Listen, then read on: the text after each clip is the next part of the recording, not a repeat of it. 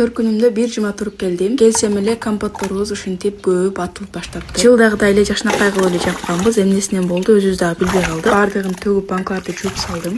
Обедке өзгөчөрөөк бир нерсе жасайын деп досумкунан укроп менен көк пияздарды алып келдим. Ушул досум менен жакшы эле таанышканбызда бири-бирибизге аябай эле жардамыбыз тийип турат. Ысыкта түтөп келдим дагы, каттама кылайын деп чечтим. Пияздарды туурап, камырды жасап койдум. Каттама жасашты баардыгы эле билсе керек. Илгерки рецепт менен жасап койдум. Мурун бир жолу жасаганмын, бул экинчи жасашым. Силер каттамага кандай май иштетесиңер, ошону жаза кеткилечи суранчы. Меники бышканда катуу болуп калды, анан жукараак жайганым үчүнбү билбейм да.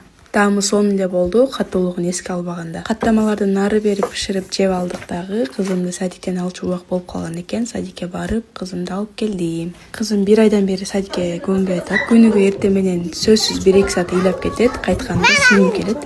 Ошо анан өзүбүздүн малинабыз ушинтип пышып калган экен.